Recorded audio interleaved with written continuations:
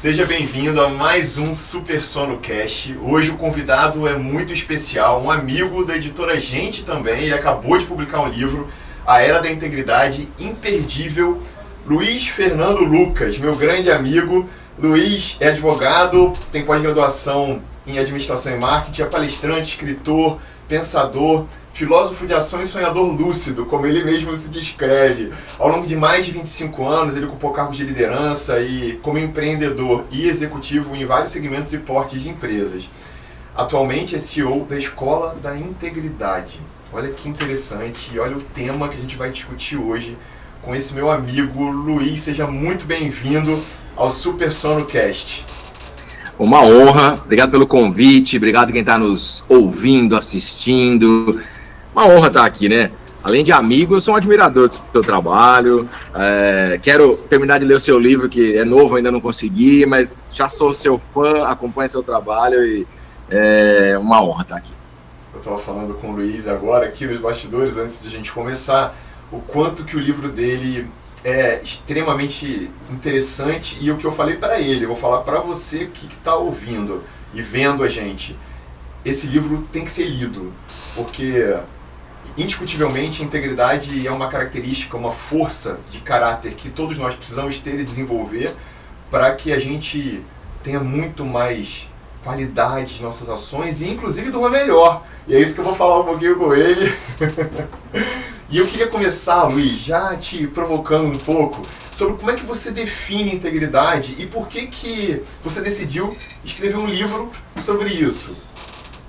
Interessante, viu, Gleison? Porque eu gosto de definir integridade buscando a sua origem dessa palavra, né?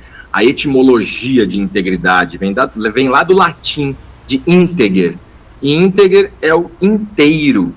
Então, não tem nem muita dúvida de como definir integridade se a gente parar para pensar o que significa ser inteiro. Então, dá para a gente definir pela matemática, pelos valores, virtudes morais, dá para definir pelo comportamento. Então, o que é inteiro? Inteiro é aquilo que não tem nem falta e nem excesso.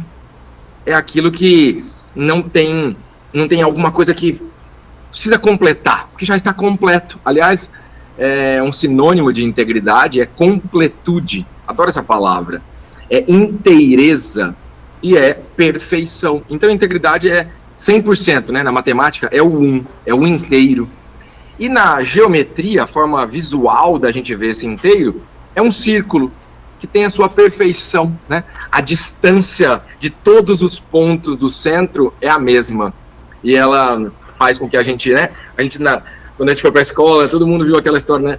Dos conjuntos. Tudo que está dentro daquele círculo é compreendido por ele. Faz parte, é um inteiro. Então, pensando numa pizza, né? Se tiver faltando uma fatia, não está inteiro, não é íntegro. Se tiver uma pizza com um pedaço a mais, não é inteiro. Então, eu gosto de fazer um pouquinho dessa miscelânea da definição de integridade, porque tem muita gente que acha que essa palavra é uma questão que vem do direito, ou da tecnologia, ou às vezes é muito mal interpretada. Então, a simplicidade, aquilo que é perfeito, aquilo que é inteiro. Muito legal. Simples, né? Como a gente deve ser, né? Sempre. E já engatando nisso, eu queria te perguntar, para que fique mais claro ainda para todos nós, qual seria a diferença entre integridade, honestidade e ética? Muito legal. A gente faz uma grande salada russa, né, nesses termos. Especialmente, eu vou deixar a honestidade aqui um pouco de lado para responder no final, mas quando a gente mistura os conceitos de ética, virtudes, princípios, valores, moral, ninguém sabe. Se a gente perguntar para 100 pessoas, a gente vai escutar 100 definições diferentes. Há uma grande mistura nessa história, né? Então, a primeira questão para definir isso, na sua pergunta, é separar o que é ética do que é valores, virtudes e princípios. Porque a ética, ela é circunstancial, ela é temporal. A gente age com a ética do momento dentro de um grupo que a gente está inserido. Então, um exemplo, os cristãos fizeram as cruzadas em nome de Deus e mataram os inimigos dentro da sua ética. E os muçulmanos fizeram as jihads, as guerras santas na história, contra os cristãos dentro da sua ética. Ambos achavam que estavam certos. Assim como os canibais, comiam o inimigo, desde que ele fosse saudável e inimigo, né? Veja, dentro de cada grupo e do seu contexto histórico, cultural e moral, eles estavam na sua ética. A ética é circunstancial e temporal. Na outra ponta, né, tem os valores. Os valores são absolutos, como Platão dizia, ele vem do campo das ideias, onde a gente imagina a perfeição. Alguns chamam isso de cosmos, outros chamam isso de Deus, outros chamam de plenitude, do todo. É assim, respeitar a vida é um valor independente do que você acredita ou da circunstância. Assim como, e os valores, diferente da ética, os valores não têm contrário. Os valores não têm oposto. O contrário da verdade não é a mentira. A mentira é apenas a ausência da verdade. Então, a integridade, né, na sua pergunta, integridade, honestidade e ética. Integridade é um valor absoluto. Ele é por si, independe da minha vontade, da minha ação. Se eu agir com integridade, eu vou estar agindo com base, olhando, mirando esse valor, eu estou agindo pelos princípios, por ser virtuoso, como dizia Aristóteles, na busca da virtude de me aproximar da perfeição dos valores. E se no meu contexto socioeconômico, cultural, religioso, esta é a ética do momento, eu vou estar de acordo com a ética. Mas veja, a integridade, então, ela é um valor absoluto. E a gente pode olhar a integridade também como a mãe de todos os valores, ou a soma de todos os valores. Porque, vamos pegar a honestidade. A honestidade também é um valor absoluto. Agora, a pessoa pode ser honesta, ela pode ser confiável, ela pode ser... Mas ela pode não ser, por exemplo, comprometida. Ela pode ser, por exemplo, não ter algum outro valor ainda falho. Ela pode ser todos os valores muito claros, mas dentro da ética dela, ela ainda acha, usando aquele mesmo exemplo, que matar tudo bem, né? Escravizar pessoas, até pouco tempo atrás, a gente achava que era ético, e era legal, fazia parte da lei, o que é um absurdo na nossa forma de olhar hoje o mundo. Então, a integridade significa que você tem todos os valores resolvidos, você está na sua perfeição. Então, é uma busca. Para nós, seres humanos, é uma busca, é um caminho da integridade na busca da nossa perfeição. Então, acho que com isso eu consigo definir um pouco do que é a integridade. A honestidade é mais um dos valores e que nos levam para das facetas da integridade. E a ética é aquilo que a gente nos pauta baseado no que a gente tem hoje de contexto. E olha que interessante, quanto mais a nossa ética se aproxima das virtudes, dos princípios e dos valores, mais próxima a nossa ética fica parecido com os valores, mais próximo a gente chega da integridade. Mas é importante não confundir isso, porque ética, apesar da palavra ser muito bonita e eu utilizo bastante, existe a ética da cadeia, existe a ética dos grupos criminosos, então não podemos achar que ética por si só é boa, bela e perfeita, como diziam os grandes filósofos na busca da perfeição, que é a integridade. Perfeito, muito legal isso, né? E muito interessante, eu te falei exatamente isso, né, na conversa aqui pré-início, do quanto que a gente, na prática médica inclusive, tem utilizado desses valores, dessas forças de caráter, né, dessas forças de assinatura, e através até de alguns questionários que nos ajudam a identificar as nossas forças, né? E o que eu queria chamar a atenção, para te fazer uma outra pergunta em seguida, é que quanto mais a gente reconhece isso nas pessoas que a gente conversa, por exemplo, na tentativa de fazê-las, ou na tentativa de junto construir o interesse dela para um desejo, por exemplo, de, dormir bem. Eu quero dormir bem. Então, os meus princípios, as minhas forças maiores são, por exemplo, religiosidade, espiritualidade, transcendência, né, esse valor tão sagrado, tão importante. E também, por exemplo, a integridade, que são os dois primeiros princípios, as minhas duas maiores forças. Legal. E o quanto que a gente pode utilizá-las para mobilizar as pessoas, né? Mobilizar para que elas engrenem no processo de transformação, de alcançar o desejo baseado naquelas forças, para que essas forças, esses valores, sejam utilizados para que a gente consiga resultados mais rápidos e resultados mais consistentes, resultados mais duradouros. Por quê? Porque mudar é difícil. E quando a gente fala de hábito de saúde, e aí trazendo de novo o sono, é bastante difícil mudar comportamentos em saúde e mantê-los. E talvez, e o que a gente está vendo é exatamente isso, quando a gente usa a integridade. E aí, eu queria te perguntar se você realmente acha que a gente está vivendo numa era de integridade. Gleison, eu diria para você que a gente está vivendo, sim, né? Senão eu não teria escrito esse livro com esse nome, sem acreditar nele, mas ainda, como toda transição de era estudada na história, ela não é assim, olha, dorme numa era e acorda na outra, né? Ela tem dezenas, às vezes centenas de anos nessa transição. É como o encontro das águas lá no Amazonas, né? Por alguns centenas de quilômetros, as águas andam juntas, mas paralelas, elas vão se misturando aos poucos. Então, ao mesmo tempo que eu acredito que a gente já está na era da integridade, a gente vem vendo muitas atrocidades no comportamento humano, na polarização política, em várias questões de ausência e falta de valores na sociedade, no coletivo, nas empresas. E eu até postei esses dias sobre isso, né? Eu vejo que isso quanto mais luz a gente põe num quarto, mais sujeira a gente vê. A gente não estaria vendo isso se a gente não tivesse a percepção e a consciência de que isso é errado. E assim como isso vale para a questão da sociedade, da humanidade como um todo, da questão corporativa, dos negócios, da política, vale para o indivíduo, porque somos fractais. Não à toa, né? Que maravilha que o mundo está ganhando e ganhou o seu livro, colocando para fora o seu conhecimento à disposição de todos nós, porque é no nível do indivíduo que a gente tem que fazer as grandes transformações. A gente fica esperando que o presidente da República resolva os nossos problemas, que a ONU, que a OMS, que o pai, que o chefe, mas toda a observação de coisas que a gente não gosta fora é apenas um reflexo daquilo que nos incomoda dentro. Porque eu vejo, sim, respondendo a sua pergunta, que nós já estamos na era da integridade, mas para que ela se consolide e para que cada um de nós tenha, então, a qualidade de vida, que é muito baseada num pilar fundamental da saúde, é preciso a nossa, mais do que crença de que estamos na era da integridade, na nossa busca por integridade como indivíduos. E eu digo que são 3 estágios. Alguns de nós já iniciamos, né, essa busca por integridade por consciência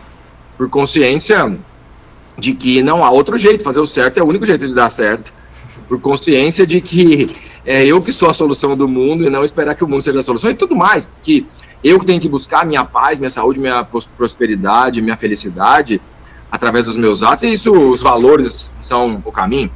Outros de nós vão encontrando esse caminho da integridade não apenas por consciência, porque realmente ampliou, mas por inteligência. Quantas pessoas não devem chegar no seu consultório e, por mais que não tenham consciência ainda de como que tem que fazer para ter um sono melhor, são inteligentes o suficiente para ver que aquilo está atrapalhando a vida pessoal, a vida profissional, a vida física, amorosa, não importa. E aí, por inteligência, vê que tem que mudar hábitos e para ter uma melhor vida. Então, mesmo que não tenha expandido a consciência a ponto de tomar a questão com sabedoria, vai por inteligência para evitar danos e riscos. E o terceiro estágio, isso vale para indivíduos, organizações, países. O terceiro estágio, Gleison, se não é por consciência e se não é por inteligência, é por necessidade. Porque aí a pessoa vai parar na UTI, né, no caso da saúde. É pela dor, né? É pela dor. Então, assim, não tem jeito, a gente entra na era da integridade, por amor ou pela dor, que é isso? Por consciência, aqueles que estão na frente, puxando. Por inteligência, aqueles que percebem mais rapidamente. E os retardatários vão por necessidade. É uma questão de tudo evolução. Bem, né? Tá tudo bem. E o que eu acho que é muito interessante, é isso que você está falando, a gente trabalha muito individualmente, né, no consultório mesmo, na prática dos encontros clínicos que eu costumo dizer, e o que eu tento muito trazer, inclusive com o reconhecimento dos valores, é a autoconsciência, porque a autoconsciência faz parte de todo o processo de autoconhecimento que mobiliza você para que, a partir do momento em que você tem os seus valores já estabelecidos, já bem trabalhados ou bem reconhecidos, né, como, por exemplo, a transcendência, como, por exemplo, a integridade, ou o amor pelo aprendizado, bom, e diversos outros valores que a gente tem, a honestidade, né, como a gente falou inicialmente, e o quanto que isso é mobilizador, para que a gente tenha, inclusive, mais eficácia e senso de autoeficácia, né? O quanto eu posso, porque eu reconheço isso como um valor e isso é importante para mim, e o quanto eu vou me engajar nessa mudança que eu desejo fazer com a minha saúde, bom, no meu trabalho, na minha família, e aí, bom, em tudo aquilo que acompanha os nossos valores. E aí uma coisa que eu li no seu livro, que eu achei sensacional, mas eu fiquei assim, poxa, eu entendi que você escreveu o livro, e aí, né, o desfecho da pandemia e todo esse momento, né, de muito aprendizado, mas de muita dor, né, que foi justamente a pandemia da Covid.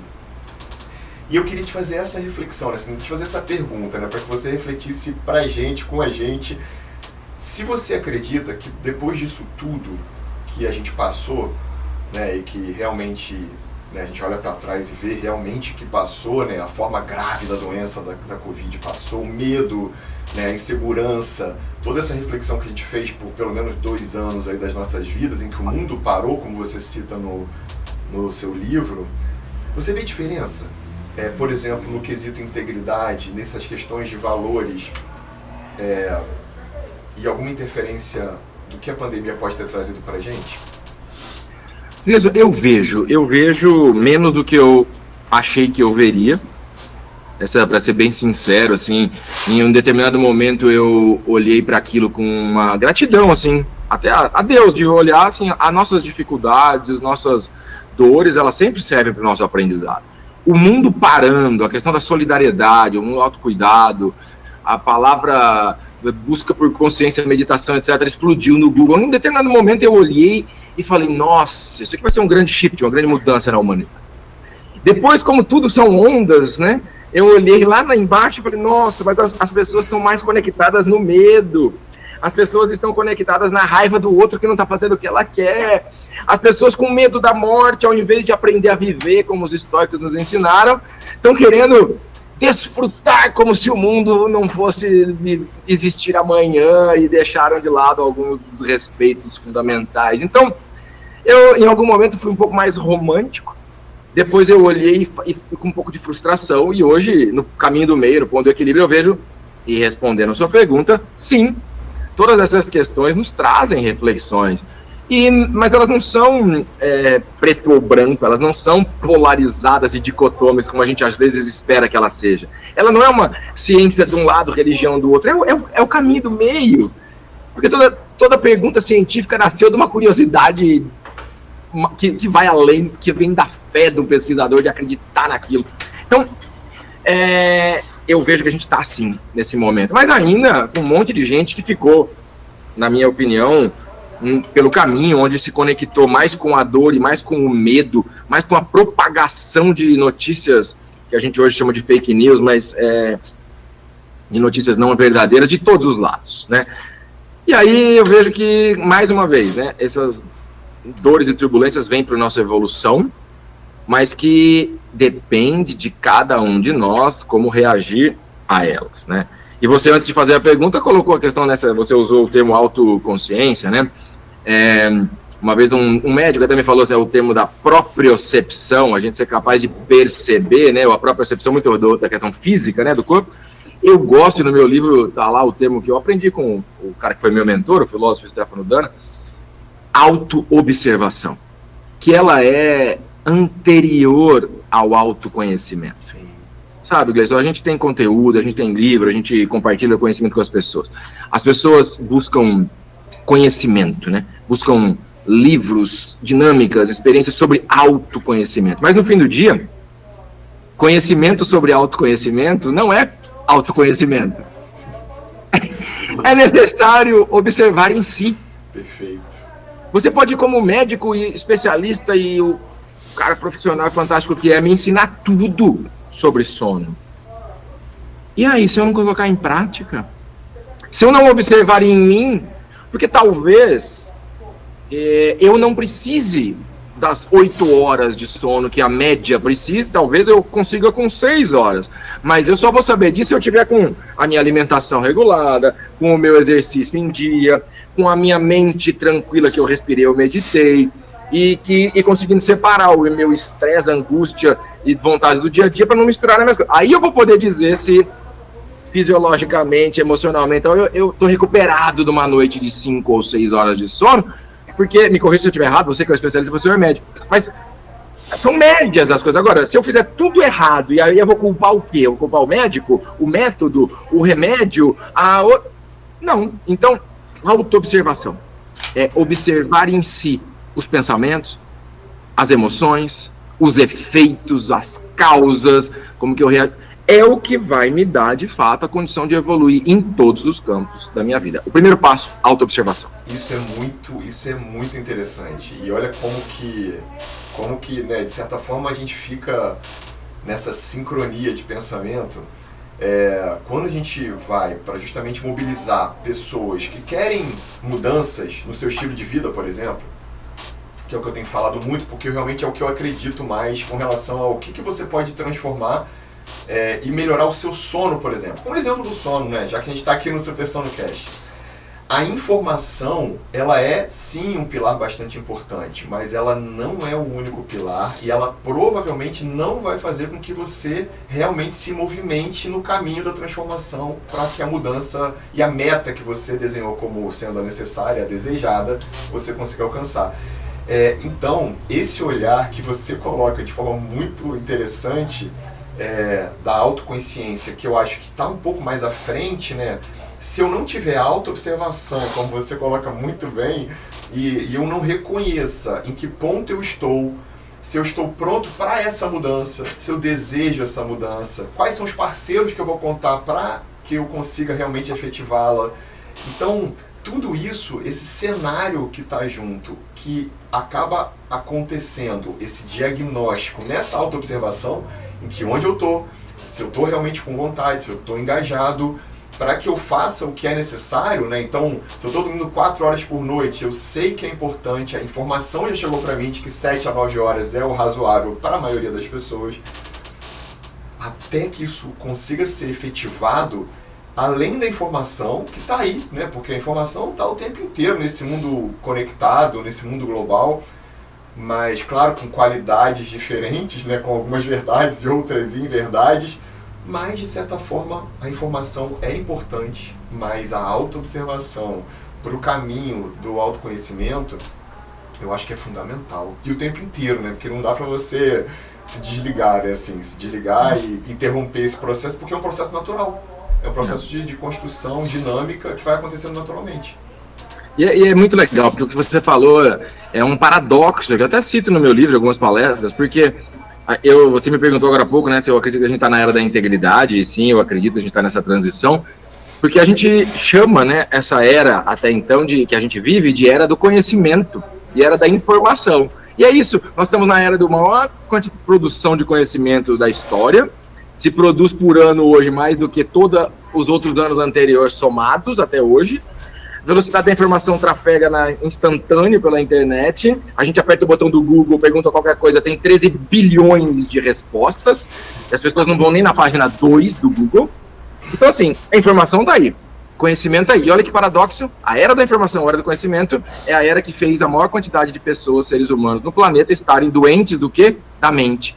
Com depressão, com ansiedade, com burnout, com taxas de suicídio, com relacionamentos impossíveis de serem mantidos, com dicotomia e polarização social e política. Então, assim, e conhecimento e informação é essa que está trazendo esse monte de conflito. Então, há um grande paradoxo. Informação é importante, conhecimento é também, como você bem disse, corroboro com a sua fala. Mas o que vai fazer a diferença é como você aplica isso. Por isso que eu gosto do filósofo de ação. É a busca do conhecimento como filosofia de vida, como a curiosidade socrática de fazer a pergunta do porquê, para quê. Sim. Agora, em ação, é colocar em prática, porque informação, conhecimento sem colocar em prática vira doença mental, social, econômica, é o que a gente vê no mundo hoje. Então, a grande sacada que a gente já tem informação e conhecimento para isso é transformar informação e conhecimento em sabedoria. saber utilizar a informação. E quando a gente transforma isso em sabedoria, automaticamente a gente amplia a nossa consciência, a gente amplia a nossa percepção, a nossa consciência, a gente passa a agir de outra forma, seja por amor a si próprio, ou como Jesus disse, né, ame ao próximo como a ti mesmo. Para amar o próximo como a ti mesmo, você tem que se amar primeiro, cara pálida. Não tem jeito de amar, dar para o outro que eu não tenho. Então, consciência é o que vai trazer essa... Perfeito. E o quanto que é interessante, numa relação médico-paciente, numa relação cuidador e cuidado, essa conexão, de certa forma, essa responsabilidade, né? ou esse reconhecimento. Isso é sensacional, né? E as coisas se repetem, porque nas relações de saúde, por exemplo, e de cuidados em saúde, o que a gente via muito era o profissional de saúde, o médico, né, por exemplo, que acabava sendo o grande detentor do conhecimento e esse paciente que o procurava recebia somente informação. O quanto que essa nossa transformação enquanto profissional de saúde e cuidador, para que realmente a gente consiga mobilizá-los, para que a gente consiga fazer com que sejamos instrumento de mudança para ele, não somente com a informação, porque aquela coisa, né, parecia que eu ia num consultório médico para adquirir informação e para ouvir o que é certo e o que é errado. Certo. O que a gente tem refletido muito ultimamente? Assim, a gente vai ouvir aquilo que é informativo, o que é importante para a minha saúde, né, para a promoção da minha saúde, para melhorar meu sono, mas qual é o meu papel? Né? O que eu tenho que fazer? Né? Como é que eu coloco isso aqui na ação? Eu tenho que sair da pré-contemplação e da contemplação para justamente estar nesse estado de flow, nesse estado de ação, que é sensacional se você estiver, por exemplo, nessas relações por inteiro, né? Eu costumo falar que é muito difícil hoje para mim, no consultório, né, nas relações que eu estabeleço por lá, e também nas conversas como essa que eu estou tendo aqui, de não tentar entender todo o processo e estar muito pleno no processo, né? Estar muito no todo. Porque eu acredito muito que essa integridade do momento, ela é fundamental, inclusive para o resultado. Que acaba sendo meu também, né? Porque o resultado de quem está me procurando também é um resultado que é meu, que eu também comemoro. Então eu acho que é muito legal isso tudo. Muito legal essa tua fala, porque uma das formas que eu gosto também de definir integridade, né, conectando com a sua primeira pergunta para mim, é quando você consegue estar no aqui e agora, conscientemente no presente. Porque muito dessa doença do século da ansiedade, da depressão, e que eu imagino que isso deve impactar muito nos seus pacientes, na questão de dificuldade de dormir, deve ser talvez um dos principais fatores atualmente, chutando aqui, né, pelo que eu estou vendo por aí nas empresas e tudo mais, elas são apenas a gente sair da presença do momento, né, a gente está preso no passado, em alguma dor, alguma coisa, a gente está preso na expectativa do futuro, e quando a gente não está presente, não tem como a gente estar congruente, que é outra definição de integridade, a congruência entre o pensar, sentir, falar e agir, estar tudo alinhado no mesmo instante. E aí, que beleza o que você disse, porque você como médico, trazendo aí a sua prática de consultório, se você está presente, você pode realmente ser útil para o seu paciente. Porque muita gente vai para conversa com o médico, e aí o meu lado de ter sido diretor de hospital, de plano de saúde, conselheiro, né, já fui CEO de empresa nessa área de saúde, então convivi muito com colegas seus médicos, e apesar de não ser médico, sou advogado, vivi muito assim esse ambiente de saúde. O que tem e em plano de saúde isso é muito típico, né, o que tem de gente que vai no ambulatório, lá no médico, e o grande objetivo é apenas ser ouvido, e aí a queixa é quando o médico não ouve o paciente, não é possível o tratamento e a cura ser efetivo. Aí você tem pesquisas mostrando, né, em Harvard tem a pesquisa do nocebo, eu cito no meu livro, grande parte dos medicamentos não fazem efeito para todo mundo, e grande parte dos efeitos colaterais acontecem mesmo que a pessoa não tome o medicamento. Então, o que é uma consulta médica e qual é o resultado dela é uma forma também da classe da área de saúde repensar a sua proposta de ser para estar na integridade, porque a consulta ela não tem fim em si própria. O objetivo da consulta é apenas promover a facilitação, a aceleração da cura dada pelo paciente. Então, você só vai realmente ser efetivo se aquele paciente sair dali confiando em você, vem um valor, confiança, E se ele não tiver confiança, ele não vai nem tomar o medicamento direito, ele não vai seguir a tua prescrição. Se ele não confiar em você, e mesmo que ele tome tudo direito, tem várias pesquisas demonstrando disso, se a pessoa pensa que não vai fazer efeito, a chance de fazer diminui, né? Então, como é que você consegue estar inteiro ali, para que o seu paciente saia com confiança e acreditando na solução? Isso já vai ser um grande motivador para ele se observar melhor, para ele se cuidar melhor, e tudo isso, Gleison, é uma questão de autoconsciência, autoobservação, que são passos iniciais desse caminho da integridade, da nossa busca. E o que a busca por integridade é, então, ser correto, honesto, perfeito? Não, isso é a visualização máxima, mas a busca pela integridade me perguntam, às vezes, né, como é que eu comecei a falar sobre isso e tal. É na busca de consertar os meus defeitos, as minhas falhas, as minhas dores. Então é isso, a busca por integridade, ela começa também de olhar para si aquilo que não está bom, aquilo que está faltando. Então não é uma questão apenas porque eu quero ser melhor, é porque eu quero sair da dor, quero sair da angústia, seja emocional, física, mental, material. É uma busca de não assim, eu sou bonzinho, então eu quero ser uma pessoa perfeita e ir para o céu. Não, isso é um pensamento muito pequeno. É uma questão de como é que eu me transformo numa pessoa melhor. E aí não tem outro jeito. É um jeito de buscar autocorreção. E a gente falou de autoobservação há pouco. Uma frase do Stefano Dana novamente é: autoobservação é autocorreção. Então, se a gente quiser melhorar a nossa saúde, melhorar nosso sono, é por aí que vai. Muito legal. Semana passada eu li um pequeno livro que eu gosto muito, já tenho sugerido para alguns pacientes que eu percebo que desejam, né, entrar nesse caminho de autoobservação, de autoconhecimento, para que, com o reconhecimento dos seus próprios valores, tenha mais senso de eficácia, mais senso de autoeficácia, para realmente conseguir executar. O livro se chama O Cavaleiro Preso na Armadura, do Robert Fisher. Legal. Esse livro é sensacional, um livro pequenininho que eu li, muito rápido, quase num voo de semana passada, que a gente voou para Brasília, e aí que ele fala sobre a trajetória, nesse caminho da verdade, que é, de certa forma, um caminho do conhecimento, né? E aí ele inicia lá o livro falando de como que eu tinha que provar que eu era um cavaleiro gentil, bondoso, amoroso, e que acabou ele montando a vida dele nesse caminho que ele achava que era o ideal. Mas isso custou muito, e até que ele despertou. E aí esteve pronto, né, para entender que o lugar que ele estava não era um lugar que realmente ia levar onde ele desejava estar ou vislumbrava.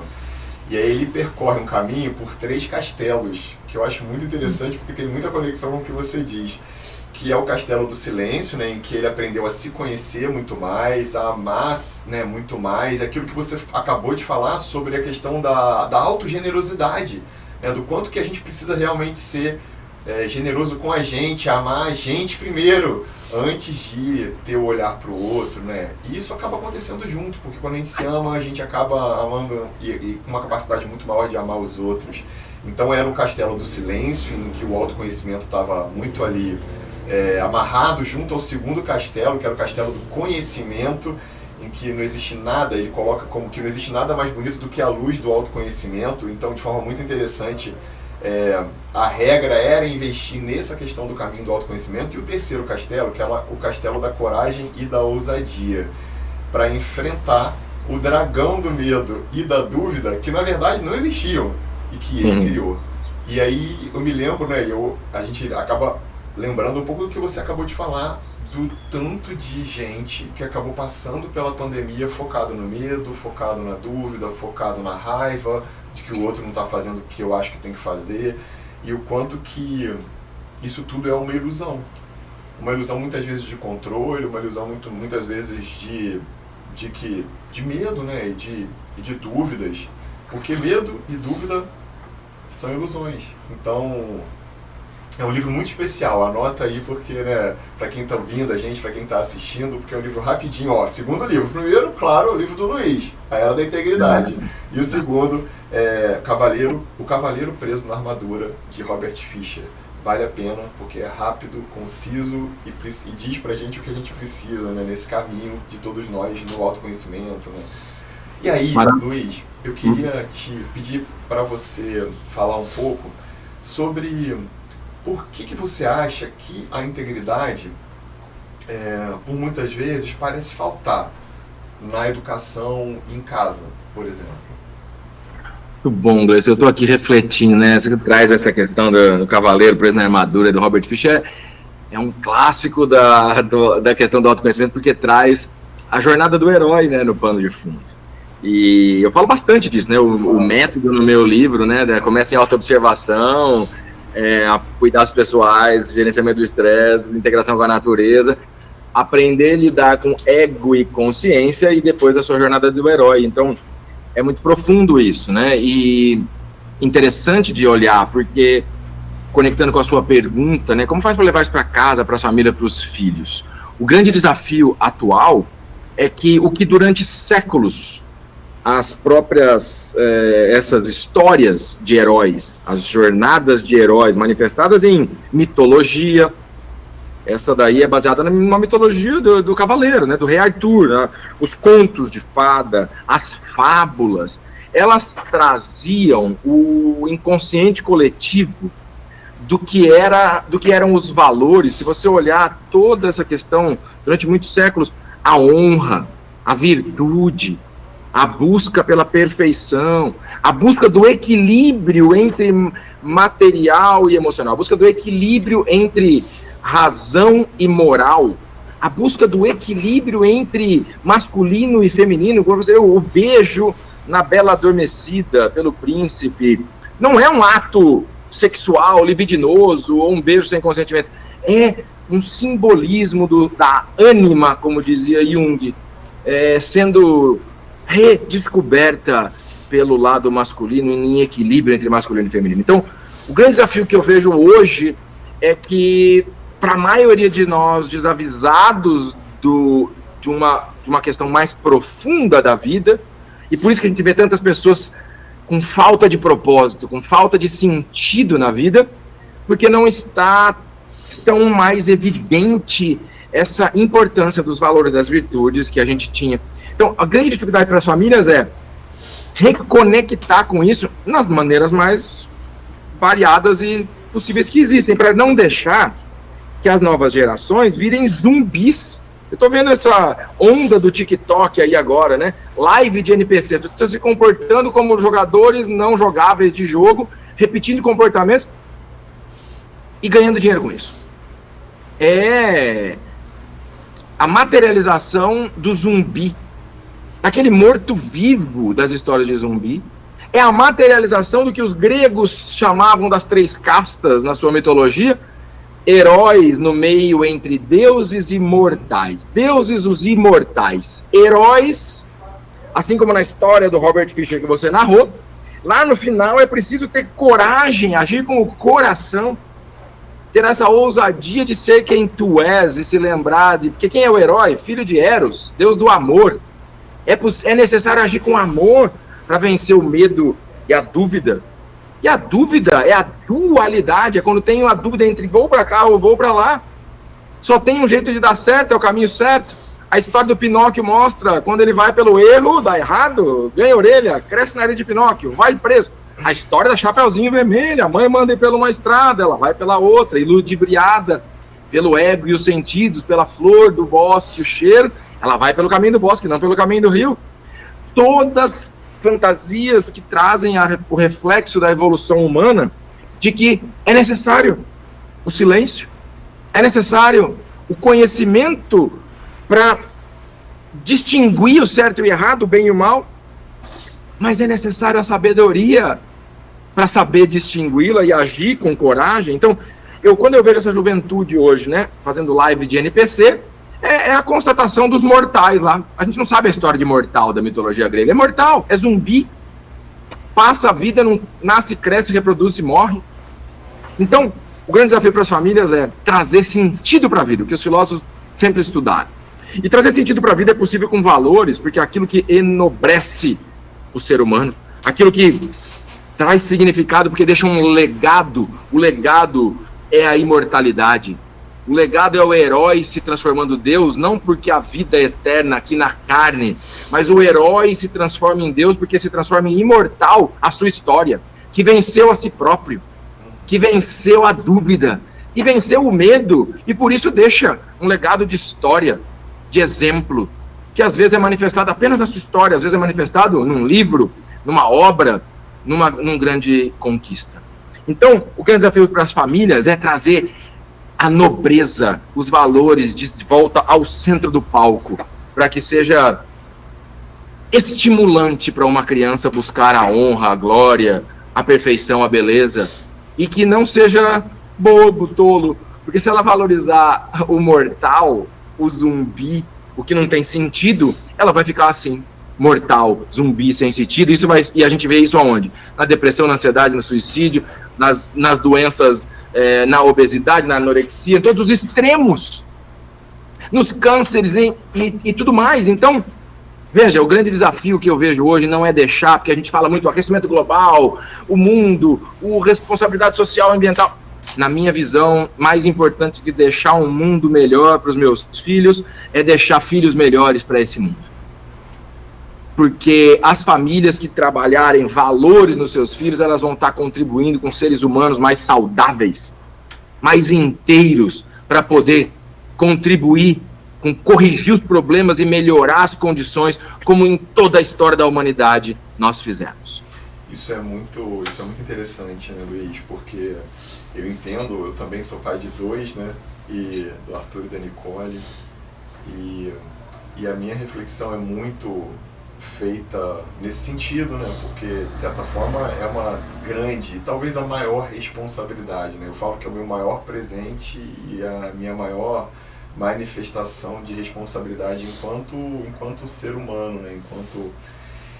Enquanto sonhador, que também sou. E o quanto que eu sonho para que eles sejam realmente pessoas muito melhores e o quanto que eu acredito de forma muito forte que muitas das vezes eu não estou animado ou não estou motivado ou, de certa forma, quase sempre disciplinado para ter conversas que estimulem a sabedoria, né? Mas o que eu tento muito fazer é exemplificar isso, né? Assim, é dar exemplo. Então, acho que tudo isso que você coloca de uma forma que isso fique muito claro, através do exemplo, né? Através do modelo, através de modelar mesmo, né? E não existe nenhum erro com relação a isso, muito pelo contrário, eu acho que a gente precisa e a gente acaba modelando muito os nossos pais, né?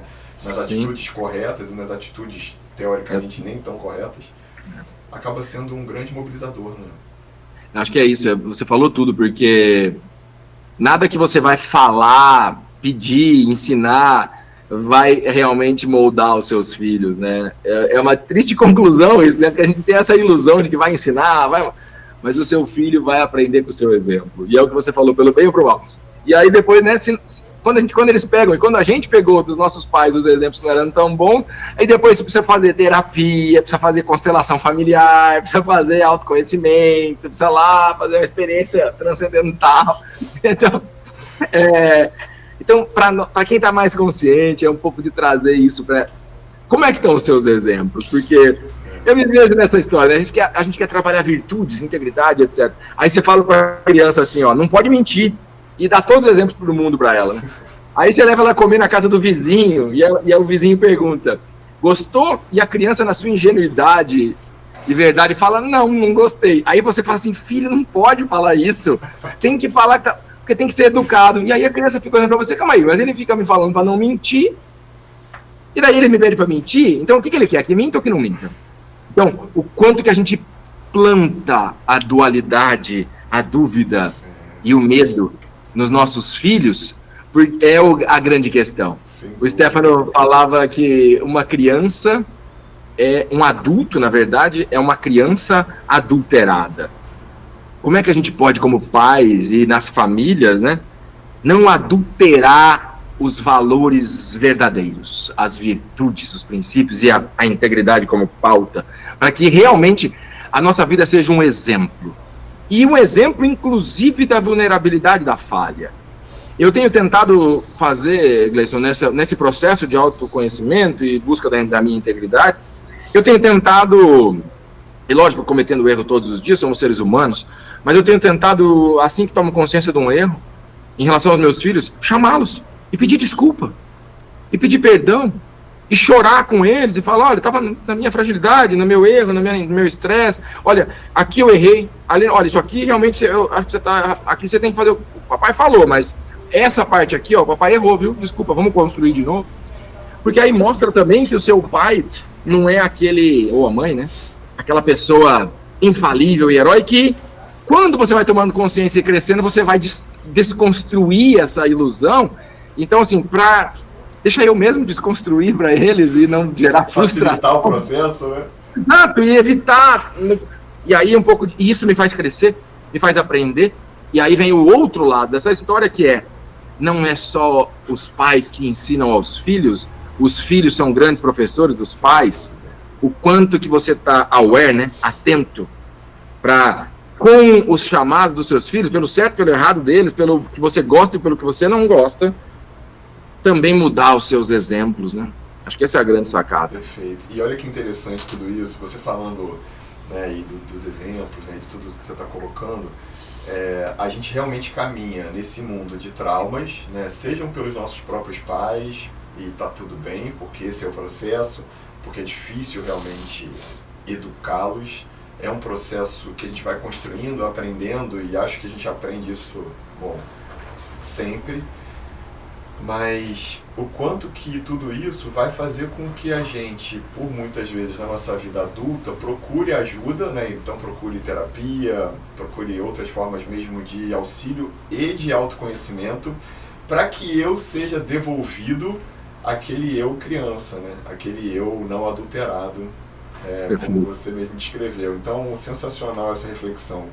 O quanto que é importante a gente respeitar as individualidades, construir com eles né, os danos que a gente provoca, e quanto mais rápido isso seja pontuado, talvez menos danos sejam gerados depois daquela atitude ou daquela ação que a gente tem, não só com os nossos filhos em casa, né, mas também com as pessoas que trabalham com a gente. Eu vou chegar lá, eu vou discutir um pouquinho sobre liderança, porque eu sei que você é um grande líder e tem muito exercício nessa prática de liderança. E aí eu queria, só para a gente fechar essa questão da educação em casa, tem alguma dica que você pode dar para a gente de como que a gente pode incorporar algumas lições de integridade na nossa rotina diária e na educação dos nossos filhos? Tem alguma coisa que você, Gleison, poxa, assim, né, para todo mundo aqui, o que você costuma fazer? Tem alguma dica para que a integridade seja inteirada no nosso dia a dia? Olha, Gleison, tem várias, né? Vai ter que ler meu livro lá, vai ter que fazer meus cursos e tal. Mas tem até um vídeo meu no YouTube, alguns vídeos que eu chamo de Cine Consciência, que eu faço análise de alguns filmes, e um deles é da Jornada do Herói, do Arthur. Já fica a dica aqui para as pessoas que estão nos ouvindo, nos assistindo, olhar. Mas dicas básicas, assim, na linha do que nós estamos falando, cada um de nós tem a consciência da sua criança interior cada vez mais para poder ser a sua essência. Sabe aquela história que todo mundo tem assim, nossa, em situações difíceis, o que eu faço agora? Muitas vezes as pessoas se perguntam assim, pô, daí o que fulano fazia, né? Modela lá, se é uma questão empresarial, um grande líder empresarial, se é uma questão familiar, você vai modelar no pai, no avô, um professor, se é uma questão mais ampla, vamos modelar Jesus Cristo, não importa. A grande chamado, um exercício simples é assim, em todas as dúvidas da vida, você se perguntar, fecha os olhos, respira fundo, pisa no chão, na grama e pergunta assim, se fosse eu, o que eu faria? Cara, quando você chamar a responsabilidade do seu eu e todas as consequências que isso desdobram, é responder com habilidade, é a responsabilidade. E trazer para a família exercícios que vão da vulnerabilidade à integridade para valorizar a verdade, a honestidade, a confiança, valorizar as virtudes. Eu acho que um grande ponto central, nevrálgico, assim, é a confiança. Porque grande parte do problema que a gente vive hoje, da humanidade, do nós e eles, do medo, é a falta de confiança. A falta de confiança que ela começa em si próprio e é alimentada pela falta de confiança no outro. E eu digo isso com muita tranquilidade e propriedade, porque há uma correlação direta entre as cidades mais felizes do mundo e a confiança. É onde as pessoas mais confiam umas nas outras. E há uma também direta relação entre as pessoas que têm uma autoconfiança a ponto de saber o que ela pode e o que ela não pode fazer. Não é o ego exacerbado, não é a autoestima alta, não, é a autoestima equilibrada. É a confiança para poder, inclusive, discernir o que está ao meu alcance e o que não está. E a autoconfiança para saber que quando o medo se apresenta, ele é um alerta, uma ferramenta da nossa evolução para prestar atenção e fazer o que tem que ser feito e agradecer ao medo para que ele já cumpriu o papel dele, não precisa existir mais. Então, a confiança no indivíduo traz seres mais saudáveis, seres mais íntegros. Então, trabalhar a confiança. O que pode ser trabalhado em confiança? Porque ser confiável, confiar, ensinar as crianças a confiar no próximo. Porque eu vejo muitos pais plantando medo nas crianças, para não confiar em ninguém, e aí vai gerar adultos doentes, deprimidos, ansiosos, infelizes. Então, como é que a gente ensina a confiar, mas ao mesmo tempo se proteger, ao mesmo tempo se resguardar? Mas não ao contrário. A gente ensina a se proteger, ensina a se resguardar, ensina a ter medo. E não ensinou a confiança. Vai dar ruim, não tem outro jeito, não tem como dar certo. As relações não vão ser estabelecidas, né? E nada como esse pilar de saúde, essa habilidade que a gente precisa construir, que é exatamente a habilidade de lidar com os outros, estar com os outros, se relacionar. Então, enquanto a habilidade para que a gente desenvolva e atinja melhores níveis de saúde, indiscutivelmente a confiança no outro é fundamental, né? E que parte da confiança em si próprio, né? Inclusive para que a pessoa possa ter confiança de que ela pode se cuidar, ela pode se curar, ela pode se curar no sentido de se cuidar e prevenir. E se ela tiver uma doença, por pior que seja, ela reagir a isso não como vítima, mas tirar disso o aprendizado e lidar da maneira mais receptiva e alegre possível, inclusive para mudar hábitos que a vida o force a fazer, sem lamentar, sem sofrer, né? E esse conceito de autoconfiança que você coloca, na prática clínica, o que a gente trabalha muito é de autoeficácia, porque ela se mistura, né, esse conceito do quanto eu confio em mim, do quanto eu estou pronto para conseguir executar aquilo que eu preciso executar, no ajuste de hábito, na construção do meu novo comportamento, a partir desses hábitos que vão ser, né, estabelecidos no dia a dia, para que isso se torne um pouco mais automático e isso aconteça naturalmente. A autoeficácia é fundamental, que na verdade acaba passando muito pela autoconfiança, né? Perfeito. No capítulo 8 do seu livro, em que você coloca a sociedade que merecemos, aliás, sensacional esse capítulo, você oferece para a gente o conceito do paraíso portátil, que teria aprendido com o professor Stefano Dana, que você já citou algumas vezes por aqui. E aí você traz o exemplo das Blue Zones. Inclusive, está tendo um documentário na Netflix, não sei quem já assistiu, mas assista, porque é muito interessante, porque são locais, né, estabelecidos por cientistas, em que as pessoas são mais longevas, geralmente elas ultrapassam até os 100 anos de idade, onde o ambiente, o ar e a água são melhores e, especialmente, a saúde física e mental é muito acima da média.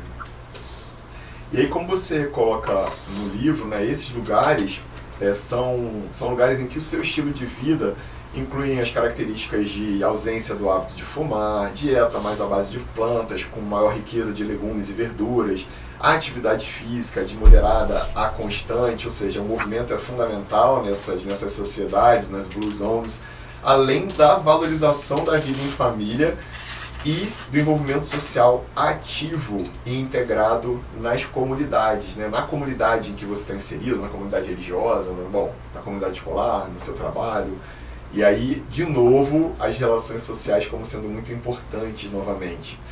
E aí você descreve: a consciência individual que orienta uma alimentação rica em legumes e verduras é a mesma consciência que coletivamente contribui para um ambiente de ar limpo, para um solo mais saudável, né, para uma alimentação menos rica em resíduos, né, ou seja, entre outras ações, mas com menos poluição, menos buracos na camada de ozônio. Tudo isso você descreve de uma forma muito, muito interessante, até relacionando isso ao desmatamento de florestas que não precisam ser devastadas para a criação de pastos. E nas Blue Zones, esse estilo de vida embasado em valores, consciência e integridade, e aí é onde eu queria puxar o gancho para você, pode ser replicado em outros lugares. E olha que sensacional essa frase, te parabenizar mais uma vez pela construção do livro. Podemos iniciar por nós mesmos, em nossas casas. Talvez assim criemos, cada um em seu lar, uma Blue Zone. E na soma de várias, surgirão infinitas Blue Zones no mundo, na era da integridade. Isso é sensacional, né? Porque a gente precisa começar em casa. E eu acho que o caminho é exatamente esse, né? Porque para que a gente alcance a longevidade para a gente, mas para o ambiente também como um todo. E aí eu queria te pedir para que você nos dê assim, mais exemplos daquilo tudo que você já disse para a gente, já trouxe, de como é que a integridade beneficia as pessoas no seu dia a dia, seja no ambiente de trabalho, seja nas relações pessoais que a gente está discutindo agora nesse bloco aqui. Mas como é que, né, dá mais alguns exemplos para a gente aprender contigo de como que a integridade pode beneficiar a gente nesses sentidos? O primeiro, gratidão por me recordar aí dessas frases do meu livro, já faz mais de 3 anos aí, né? Então, gratidão, porque eu tive alguns insights novos aqui, viu? Próximo que eu estou escrevendo, então gratidão a você aí por me trazer as minhas próprias frases. Eu vejo que interessante, né? Fazendo um paralelo aqui da sua fala e para construir a resposta, a gente está discutindo muito hoje em dia a questão da diversidade, do respeito às diferenças, e a diversidade ela é tão infinita quanto a quantidade de indivíduos existem, né? Então, o maior respeito à diversidade que pode existir é o respeito ao indivíduo. E se você espera isso do outro, comece com você, se respeitando como um ser inteiro, perfeito. E se não está inteiro, se está com alguma falha, falta, necessidade, né, ou excesso, isso vai manifestar numa depressão, ansiedade, num excesso no corpo, numa falta no corpo, num excesso material, numa falta. Isso tudo é apenas um sintoma para você voltar a se cuidar, para você voltar a buscar a sua inteireza, buscar a sua integridade. E como eu, né, disse lá, e você bem me lembrou, buscar esse paraíso portátil, que não é um destino, não é um lugar, não é um objetivo, é apenas um estado do ser, é um estado emocional, um estado mental, é um estado vibracional, né? Porque somos tudo vibração, frequência. Então, é um estado. O paraíso é um estado, então você pode ir para ele a qualquer instante, independente de onde estiver. Eu grato por essa lembrança que, realmente, fazer da nossa vida a construção de uma Blue Zone é o que vai fazer com que a gente sinta na pele, e aí respondendo a sua pergunta, os efeitos imediatos da busca pela integridade. Porque se eu busco falar a verdade, as pessoas vão descobrindo na prática que falar a verdade economiza energia. Você não tem que contar história para você mesmo. Você não tem que usar a memória para lembrar o que você contou, porque na verdade, quando você contar a verdade, você nunca esquece. Eu falo muito isso. Quando você falar a verdade para você mesmo, sabe aquela coisa? E as pessoas falam, não, às vezes pensa que é muito longe. Não, às vezes eu falo assim, vou começar a academia na segunda e não começo. As minhas células ouviram isso e não acreditam mais em mim mesmo. Então, falar a verdade é um ato de observação contínua. O quanto que você está pensando uma coisa e falando é uma medição exata do quanto você está sendo verdadeiro consigo próprio. Porque se você pensa uma coisa e fala outra, você não está falando a verdade. Se você pensa uma coisa, fala outra e faz outra, ainda você não está falando a verdade. Então, como trazer para a vida do dia a dia? Volta no ponto central da nossa conversa, a autoobservação, para observar em si, não precisa nem compartilhar com ninguém o quanto que você está vivendo a sua verdade, isso por si só já traz uma busca de integridade para você estar bem, porque a Blue Zones é a verdade. Quando você está cuidando do seu corpo, da sua mente, das suas relações, da sua relação com a natureza, a forma como se alimenta, a forma como você cuida, a forma como você pisa ou não na grama, vai muito de pequenos gestos. A integridade é um conceito binário, né? Não tem, é 1 ou 0, não tem, é 100%. Mas a busca da integridade é como um círculo. Se você pegar a definição de um círculo, né, é um polígono de infinitos lados. Um quadrado é um polígono de 4 lados, um triângulo é um polígono de 3 lados, e um hexágono é um polígono de 6 lados. O círculo é um polígono de infinitos lados. A busca da integridade, da inteireza, de chegar nessa perfeição do círculo, são infinitos passos, infinitos pequenos gestos de integridade.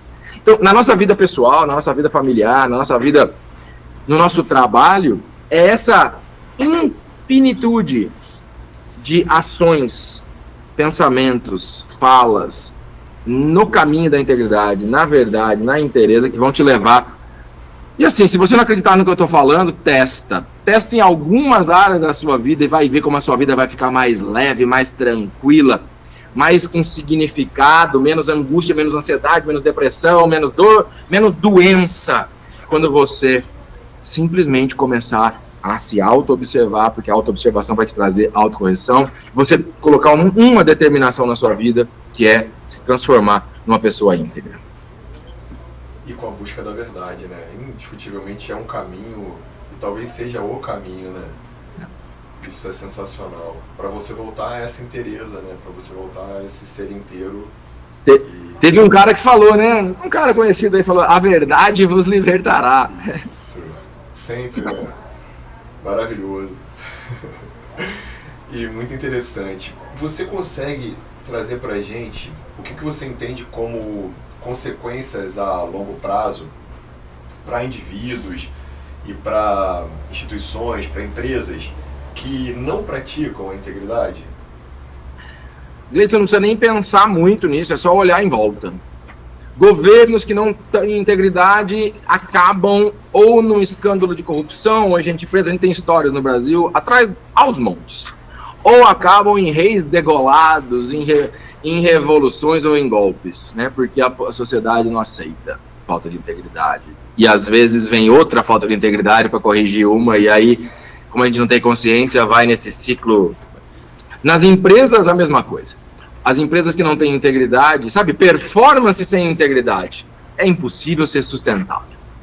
Porque se eu acelerar um Porsche a 1 milhão por hora sem saber para onde ele está indo, ele vai bater na parede. Então, performance sem integridade, seja em governo, sociedades, empresas, pessoas, é insustentável. Nas empresas, falta de integridade também leva a escândalos, leva a desrespeito do consumidor, leva a abuso de mão de obra escrava, leva a destruição do meio ambiente, leva a times com burnout, leva a processos, leva a fraudes. A gente vê também recentemente várias empresas que muita performance acabaram em fraude, acabaram em escândalos. E na vida pessoal, começando pelos relacionamentos, falta de integridade leva a rompimento social, final de relacionamentos com traumas, com falta de respeito. E na vida individual leva a doença mental, ansiedade, depressão, doença do corpo físico, doenças emocionais, que vai acabar num leito de UTI, num divã, num remédio, num medicamento, quando tudo isso pode ser evitado por buscar seu caminho do meio, sua integridade. E eu diria, até, talvez como uma mensagem mais importante final aqui, que você disse, né, que você é um cara que tem como... Você é um sonhador também, você me apresentou aí como um sonhador lúcido. Eu diria que até conectado com o tema do super sono, tem todas as informações que o Dr. Gleison traz, da ciência, da experiência, do como médico, mas eu diria que a mensagem que eu deixo como para ter um super sono: sonhe acordado. Porque quem tem um sonho claro não perde tempo com falta de integridade, porque sabe que isso são só atalhos e desvios que vão te tirar do caminho de cumprir a sua missão, de ter e levar sentido para a vida. E de que quando você tem um sonho, algo nobre e grandioso que vai fazer sentido à sua imortalidade, você não perde tempo com mentira, com trapaças, com atalhos. E quem sonha e sonha acordado transforma o mundo, porque transforma a si próprio, transforma a humanidade. Todas as grandes transformações do mundo nasceu de um sonho de um indivíduo.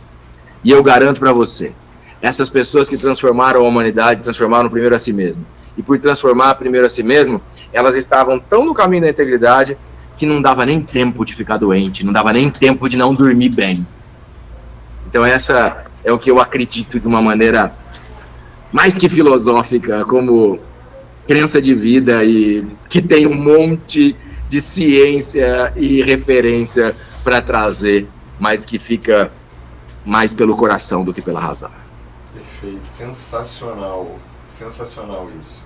E toda a conversa, porque, poxa, um presente, quero te agradecer muito.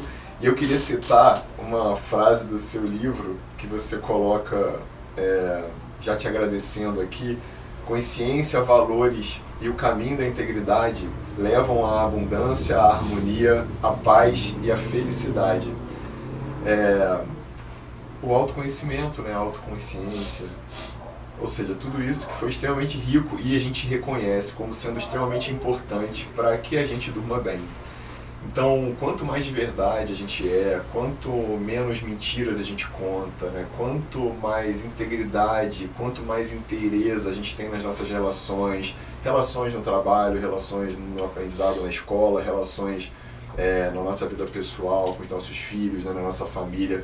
Ou seja, quanto mais de verdade, inteiros nós formos, indiscutivelmente nós teremos menos problemas para levar para a cama, menos atrapalhado o ritual do sono será, e muito mais sucesso no sono e certamente na vida, né, Luiz, a gente vai ter. Então, meu amigo, te agradecer pela grandiosidade da conversa, de quanto pensamento, de quanta sabedoria.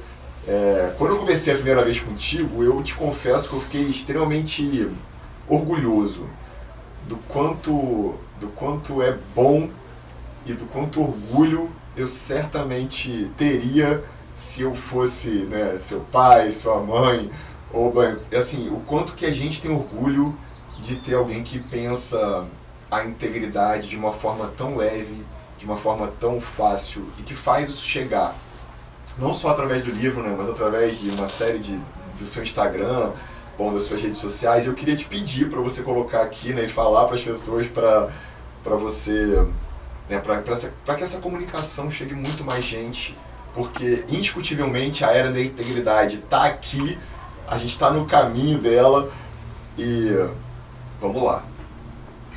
Olha, primeiro também gratidão pela oportunidade, uma troca rica. Eu também, quando te conheci, fiquei muito feliz de conhecer, né, mais um sonhador lúcido, alguém que acredita e tem valores e que está querendo fazer a diferença, ao invés de esperando que ela aconteça. Então, nessa era da integridade, eu vejo que é necessário que as pessoas tenham super sono, que as pessoas aprendam a dormir como parte desse processo do autocuidado. Então, grato pela sua contribuição ao mundo também. Uma honra estar aqui, trocando e aprendendo, e com quem nos ouve, né, nesse momento, nos assiste, a sua presença é que faz e dá sentido a essa mensagem ser levada. Então, grato, fica o convite para me seguir nas redes sociais, meu nome inteiro, Luiz Fernando Lucas, Luiz com Z, tá aí nas principais redes sociais, Instagram, LinkedIn, podcast também, no Spotify, YouTube. Então, tem bastante material lá, e eu convido, né, o site escoladaintegridade.com.br, além de vários conteúdos, pode chegar em vários lugares lá, tem alguns testes, tem cursos abertos lá que as pessoas podem aprofundar, se gostaram um pouquinho desse papo, que é sempre uma cerejinha do bolo, superficial de tudo que tem aí, né, para a gente poder aprofundar, compartilhar e convidar para que esse caminho da integridade, ele é um caminho individual, é um caminho de cada um de nós, mas ninguém caminha sozinho. Por mais que o caminho é individual, é no reflexo do outro, no aprendizado com o outro, na colaboração com o outro, que a gente consegue se transformar em seres humanos melhores. Então, fica aqui minha gratidão pela sua existência, Dr. Gleison, e pela sua que está nos acompanhando nesse momento. Muito obrigado, Luiz. E aí agora, eu não posso esquecer disso. O pessoal tá aqui, não esquece, não esquece. No final de todo episódio, a gente não combinou isso, a gente, para comemorar essa conversa aqui, esse encontro, eu gosto sempre de ir lembrando lá atrás, né? Isso é mais ou menos da sua época também, eu acho que a gente regula, de um chamado que a gente via num desenho animado naquela época, que é dos Super Gêmeos. E aqui a gente vai falar Super Sono Ativar. Muito obrigado, Luiz. Grande abraço, né, pelo seu tempo, pela sua disposição, pelo seu conhecimento, pela sua sabedoria. Mais uma vez, gratidão por estar aqui com a gente, compartilhando. Esse foi mais um episódio do Super Sono Cast. Para você que achou interessante todo esse papo sobre integridade, divulga, né, marca seu amigo aqui no Spotify ou no YouTube, coloca, porque esse tema é um tema importante demais para a nossa vida, nessa era da integridade, e também para que você consiga dormir melhor. Te confesso que quando a gente é de verdade, a gente dorme melhor. Guarda essa porque é uma dica de ouro. Até o próximo episódio.